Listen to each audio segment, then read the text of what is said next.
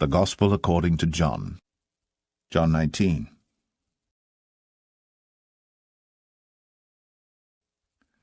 Then Pilate therefore took Jesus, and scourged him.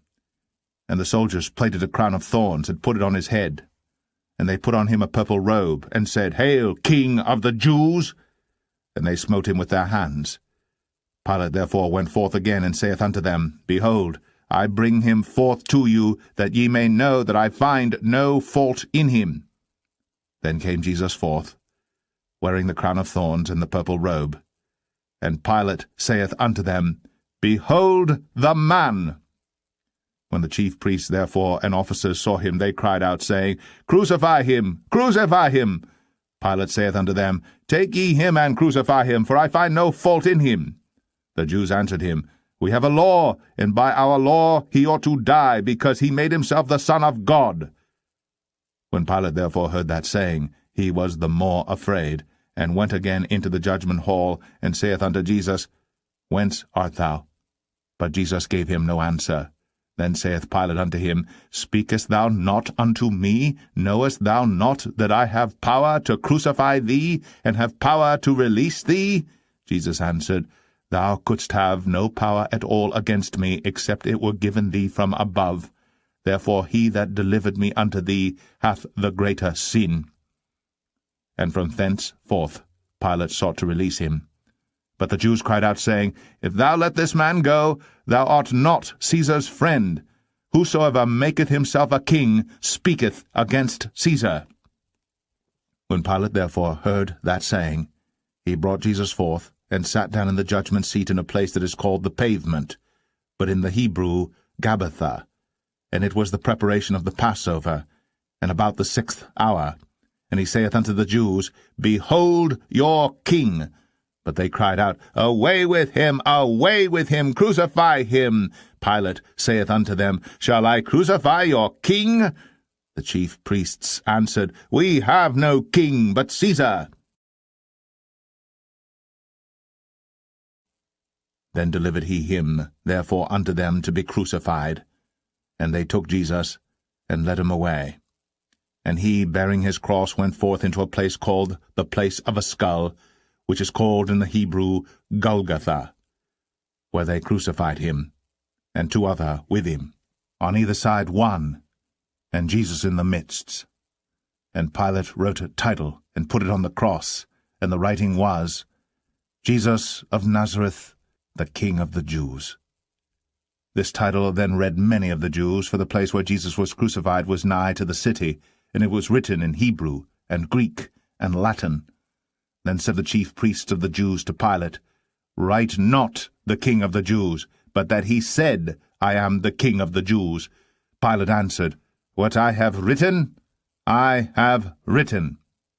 Then the soldiers, when they had crucified Jesus, took his garments, and made 4 parts, to every soldier a part, and also his coat. Now the coat was without seam, woven from the top throughout. They said therefore among themselves, Let us not rend it, but cast lots for it, whose it shall be. That the scripture might be fulfilled, which saith, They parted my raiment among them, and for my vestures they did cast lots. These things therefore the soldiers did. Now there stood by the cross of Jesus his mother, and his mother's sister, Mary the wife of Cleophas, and Mary Magdalene. When Jesus therefore saw his mother, and the disciple standing by, whom he loved, he saith unto his mother, Woman, behold thy son. Then saith he to the disciple, Behold thy mother. And from that hour that disciple took her unto his own home. After this, Jesus, knowing that all things were now accomplished, that the scripture might be fulfilled, saith, I thirst. Now there was set a vessel full of vinegar, and they filled a sponge with vinegar, and put it upon hyssop, and put it to his mouth. When Jesus therefore had received the vinegar, he said, It is finished. And he bowed his head, and gave up the ghost. The Jews therefore, because it was the preparation that the bodies should not remain upon the cross on the Sabbath day, for that Sabbath day was an high day, besought Pilate that their legs might be broken, and that they might be taken away. Then came the soldiers, and brake the legs of the first, and of the other which was crucified with him. But when they came to Jesus, and saw that he was dead already, they brake not his legs. But one of the soldiers with a spear pierced his side, and forthwith came there out blood and water. And he that saw it bare record, and his record is true, and he knoweth that he saith true, that ye might believe. For these things were done, that the Scripture should be fulfilled. A bone of him shall not be broken. And again another Scripture saith, They shall look on him whom they pierced. And after this Joseph of Arimathea, being a disciple of Jesus, but secretly for fear of the Jews, besought Pilate that he might take away the body of Jesus. And Pilate gave him leave. He came therefore and took the body of Jesus. And there came also Nicodemus, which at the first came to Jesus by night, and brought a mixture of myrrh and aloes, about 100 pound weight. Then took they the body of Jesus, and wound it in linen clothes with the spices, as the manner of the Jews is to bury.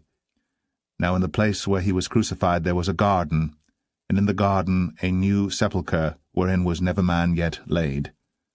There laid they Jesus, therefore, because of the Jews' preparation day. For the sepulchre was nigh at hand.